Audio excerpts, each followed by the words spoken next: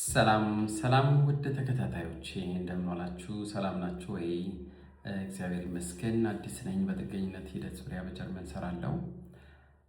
ዛሬ አንድ እጅግ አስፈላጊ ነገር መናገር እፈልጋለሁ። ይህንንም በጀርመን ሀገር ጥገኝነት ጠይቃችሁ በአራቱን መመዘኛዎች የጥገኝነት መስጫ መመዘኛዎች የተሰጣችሁን ይመለከታል። እንዲሁም ቋሚ መኖሪያ ፈቃድ ያገኛችሁትንም ጨምሮ አራቱ መመዘኛዎች ማለት በተለምዶ አብሺቡን ፈርቦት ተብሎ የሚጠራው ፓራግራፍ 25 አብሽኒ 3 ላይ ያለው ሱብሲዲየር ሹትስ የሚባለው እንዲሁም ጊኤፍካ ፍሉሽሊንግ ሹትስ ወይም የሬፊውጂ ስታቱስ የሚሰጣቸው ሰዎች ለ3 ዓመት የሚሰጠው ነው። እንዲሁም ቀዳሚው የአዙል በረሽቲጉም የሚባለው በጀርመን ሕግ የሚሰጠው ለ3 ዓመት ነው ማለት ነው። እነኚህ በአራት መንገዶች ወረቀት ያገኛችሁ ሰዎች እናንተን በደንብ ይመለከታል። ወይም ከነኚህ አራት መመዘኛዎች በቆይታም ሆነ እንዲሁም በተለያዩ መንገዶች ቋሚ መኖሪያ ያገኛችሁንም ጨምሮ ይመለከታል።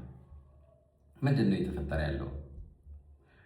ብዙ ሰዎች እንግዲህ በኤርትራ ወይም ኤርትራውያንን ብለው ወይም ኬንያውያንን ወይም ሱዳናውያንን ብለው የሚሰጡ ሰዎች እንዳሉ ይታወቃል።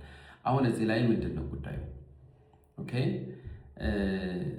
ሂዱና ኤርትራ ኤምባሲ አምጡ ይባላል አይደለም? ግልጽ ነው። ኤርትራ ኤምባሲ ተሄዶ ምንም እንደማይመጣ ግልጽ ነው።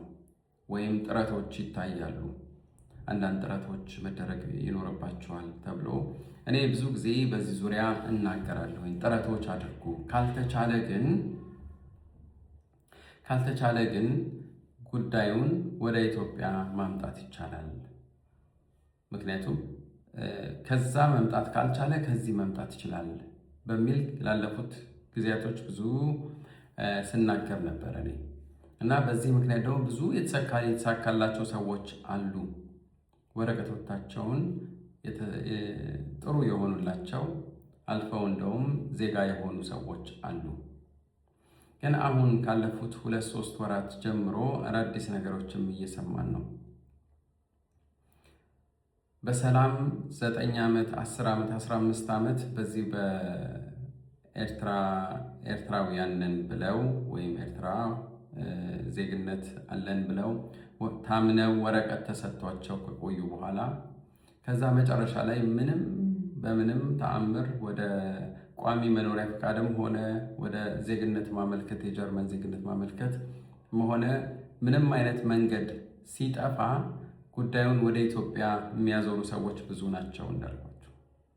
ምክንያቱም አማራጭ ስለሌላቸው እንደዚህ አይነት ሀሳብ ይሰራ ነበረ። ኦኬ እየሰራም ነበረ። ብዙ ሰዎች አውስላንድ በህርድ ሄደው እኛ ከኤርትራ ምንም ማምጣት አንችልም፣ ከኢትዮጵያ ማምጣት እንችላለን፣ ምክንያቱም በግሩንዱን ምክንያቶችን ያስቀምጣሉ።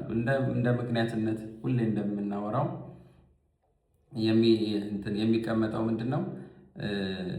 ኤርትራ ብወለድም ኢትዮጵያ አደግኩኝ፣ እኔ ኤርትራ ውስጥ ስወለድ ኤርትራ ነፃ አልወጣችም፣ እንዲሁም በኢትዮጵያ ነው ህይወቴ ሙሉ የኖርኩት። እንደነዚህ አይነት ነገሮች በኢንተርቪው ጊዜ ታሪኮቻችሁ ከኤርትራ ይልቅ ወደ ኢትዮጵያ የሚያደሉ ከሆነ በዛ ምክንያት ደግሞ ጥርጣሬ አድሮባቸው ሪጀክት የተባላችሁ ብዙ የተባልን ሰዎች ብዙ ነን።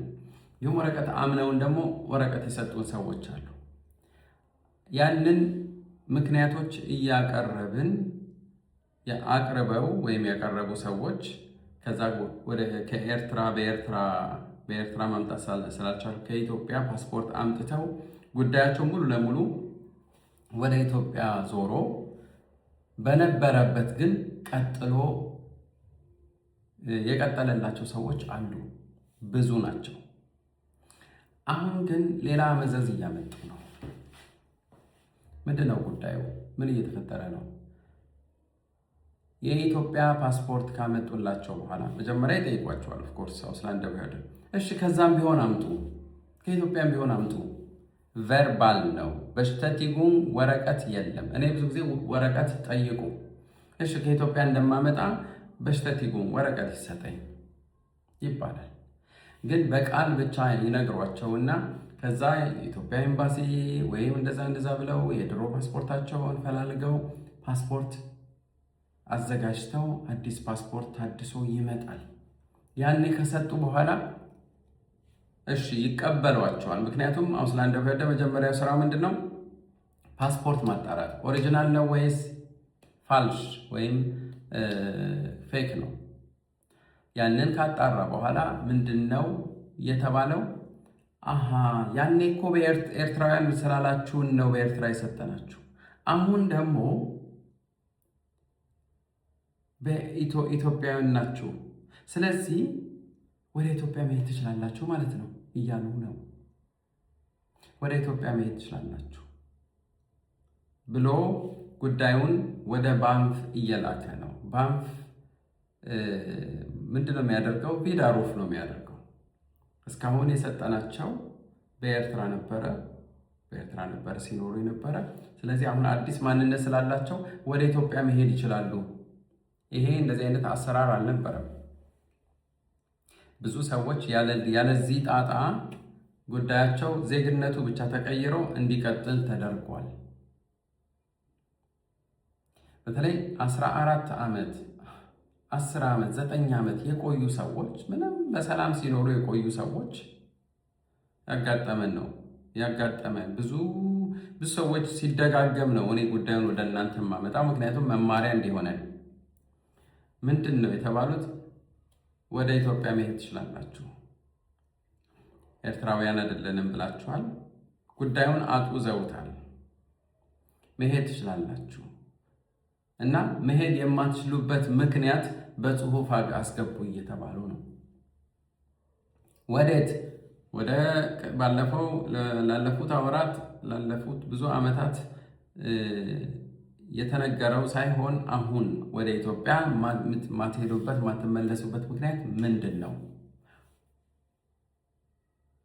እንደዚህ ሲሏችሁ መደረግ ያለባቸው ነገሮች ተጠንቀቁ። መደረግ ያለባቸው ነገሮች ወዲያውኑ ጠበቃ መያዝ ያስፈልጋል። ጠበቃ በምን መልኩ ሊያግዛችሁ ይችላል? አንድ በቆይታችሁ እዚህ ሀገር በቆይታችሁ ያካበታችሁት ብዙ ልምድና ወይ ተምራችኋል ወይ ብዙ ነገር ውስጥ ገብታችኋል። ይኸውላችሁ ያላችሁ የጥገኝነት ፓራግራፍ 25 ወደ ሌላ ፓራግራፍ እንዲቀየር፣ ምክንያቱም ይህ ፓራግራፍ አይገባችሁም እየተባሉ ነው። የተማራችሁ አስቢሉን ያደረገ ሰው ካለ ከዚህ ከ25 ፓራግራፍ ይወጣና ወደ 16 ወይ 18 16 የሚባሉ ሌላ የባለሙያ ወረቀቶች ፓራግራፎች አሉ። ወደዛ መሻገር እንዲሆንላቸው ነው። በስራ ብቻ ሲኖሩ የነበሩ ሰዎች ደግሞ ወደ በሸፍቲጉን የስራ ፍቃድ ወደ ስራ እንዲቀየርና በሌላ ፓራግራፍ እንዲያገኙ እድል ይፈጥራል። ዝም ብሎ አውስላንድ በሄደ ወይም ባንፍ ያለውን ቶሎ ከመቀበል ወይ ከባንፍ ጋር ዝም ብሎ ከመጋጨት ግጭት ባያስፈልግም ሲጀምር ሰላም ሲቆዩ የነበሩ ናቸው እነኚህ እዚህ ውስጥ አሁን እያስገቧቸው ያሉት። ኖርማሊ እስከ መባረር የሚደርስ ነገር ላይሆን ይችላል። ነው ወደዛ የሚደርስ አይደለም። ምክንያቱም ሰው ከቆይታው አንጻር የሚታይለት ጉዳይ ይኖራል። ሲጀምር ደግሞ ይህንንም በደንብ አስቡ። ለጠበቃቸውም ሆነ እንደዚህ አይነት የደረሰባቸው ሰዎች ለጠበቃቸውም ሆነ ወይ ለባንክ ለአውስላንድ በሄደ ይህንን ማስረዳት የግድ ይላል። እኔ በኤርትራ ነው የሰጠሁት፣ ኤርትራዊ ነኝ፣ ግን ከዛ ማምጣት ስለማልችል ነው ከዚህ እንዳመጣ አውስላንድ በሄደ ያለኝ። ቢቻል ወረቀት እያሳያችሁ በስህተት ይሁን ቢኖር መልካም ነው። ገብታችኋል የምላችሁ? እንደዛ መባል መቻል አለበት። እንደዛ ካልተባለ አስቸጋሪ ነው የሚሆነው። ምክንያቱም ሰላም ነን ብላችሁ ዝም ብላችሁ ተረጋግታችሁ የኖራችሁ ፕሎት ስሌሽ ድንገት እንደዚህ አይነት ነገር ሲፈጠር በጣም አስቸጋሪ ነው የሚሆነው። ይሄ ያለፉት ጥቂት ጊዜያት ነው የተጀመረው። ኦኬ፣ በዚህ እንትን ውስጥ ያላችሁ ብዙ ሰዎች እንዳለን ይገባኛል፣ አውቃለሁ። ግን ጥንቃቄ ብቻ እንደሚያስፈልግ ለማስተላለፍ ነው። አይሆፕ ገብቷችኋል ብዬ ያስባለሁ። በእንደነዚህ አይነት ሁኔታ ውስጥ ያላችሁ ሰዎች ኦንላይን ስገባ ጥያቄዎች ካላችሁ መጠየቅ ትችላላችሁ።